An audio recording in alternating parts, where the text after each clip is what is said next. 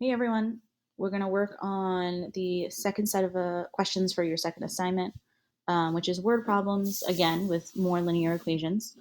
But I'm going to try to pick the two hardest one out of the four, and I'm going to explain a little bit about them, okay? So I want to get my little marker here. Let's make it a little bigger. So for the first question, it says Rachel is a stunt diver, right? So she dives for fun off really high platforms, and she's escaping from a building that is about to explode. This is exciting. So the variable d models Rachel's distance. So here's the distance formula.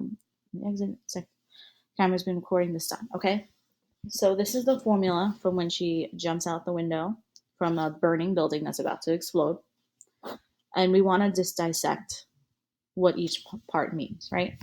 So their question is asking, what is Rachel's speed? Okay. Now, when we see speed or any type of rate of change, we really should be thinking slope.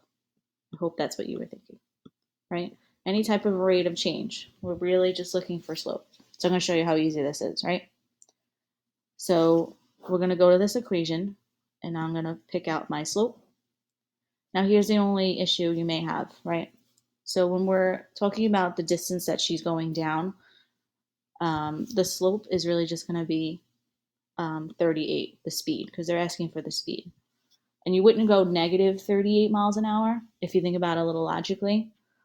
Like to go negative speed would be to go back in time, kind of. So your final answer would be 38, okay?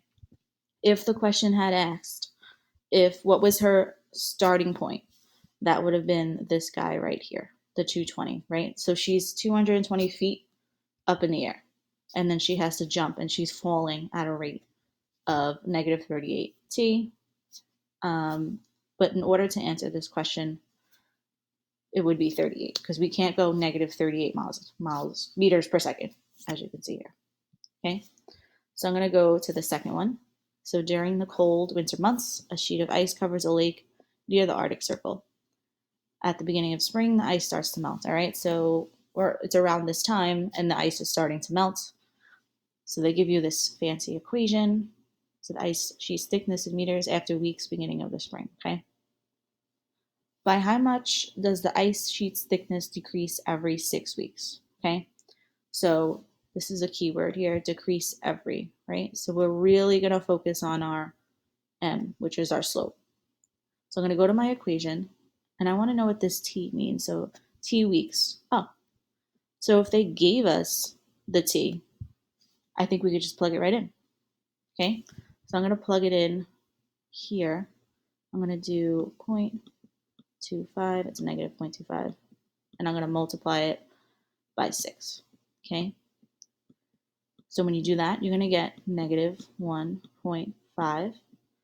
But again, if we want to answer this question, it's just decreasing by 1.5. Okay. We could just write it just like that. So it's kind of tricky on how you put your answers in.